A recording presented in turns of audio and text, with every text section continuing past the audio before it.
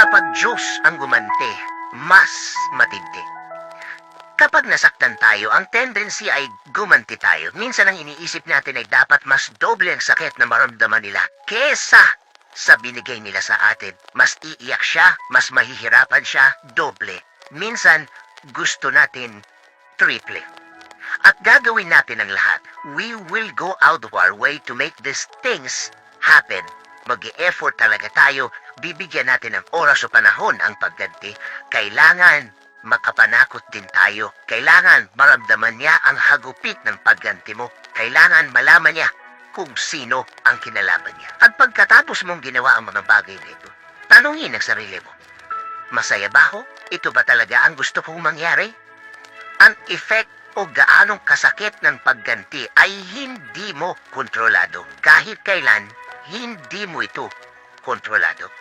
May masasaktan at masasaktan ka na walang kinalaman sa away o gusot nyo. In short, maraming madadamay, maraming maapektuhan. Again, hindi mo ito kontrolado, wala ito sa kakayahan mo bilang tao. Ang masakit dito, since nagbigay ka ng oras para gumanti, ikaw na ngayon ang nawala sa focus. Ikaw na ngayon ang nawala sa plano. Ito pa ang isang masakit.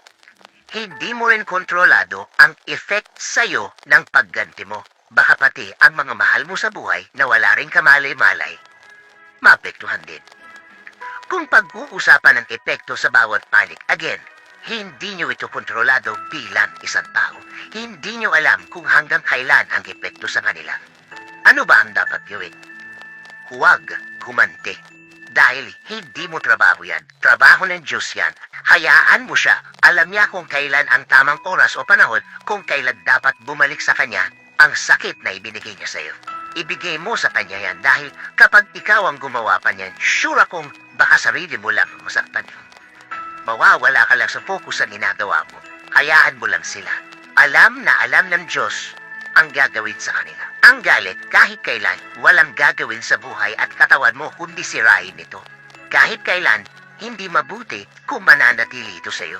Ang gawin, ipagdasal ang galit na ito at hilingin sa Diyos na palitan ito ng joy, happiness, kasiyahan sa buhay na malayo na rin ang narating mo. Tama, hindi deserve ng taong yun ang oras mo.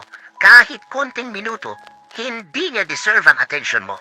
Mahalaga ang oras mo, ibigay ito sa tamang mga tao o bagay. Ibigay ito sa nakakaganda ng iyong buhay at relasyon sa pamilya mo at lalong-lalo na sa Diyos.